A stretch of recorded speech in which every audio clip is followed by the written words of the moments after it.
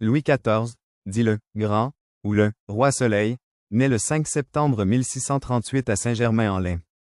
Il devient roi de France et de Navarre de 1643 à 1715, ce qui en fait le règne le plus long de l'histoire de France. Il est le fils du roi Louis XIII et de la reine, Anne d'Autriche. Cette dernière assurera la régence de Louis XIV, jusqu'à sa majorité en 1651. Le début du règne de Louis XIV est marqué par la fin de la guerre de 30 ans, qui prend fin en 1648 avec les traités de Westphalie. Mais aussi par une fronde, qui dure de 1648 à 1653.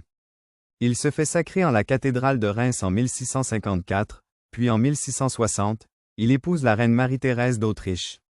Lorsque Louis XIV décide de gouverner seul en 1661, il s'entoure de plusieurs ministres, dont Colbert, qui deviendra le ministre des Finances du roi à partir de 1665.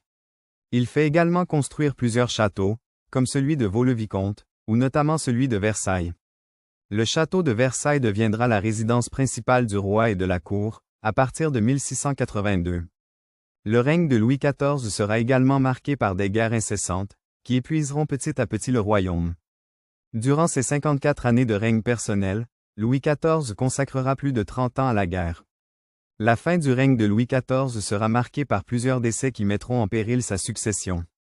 Son fils aîné, le grand dauphin, meurt en 1711, puis son petit-fils, le duc de Bourgogne, meurt un an plus tard en 1712.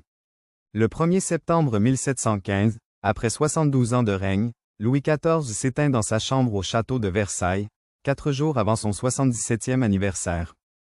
C'est son arrière-petit-fils, le duc d'Anjou, qui devient le nouveau roi de France sous le nom de Louis XV.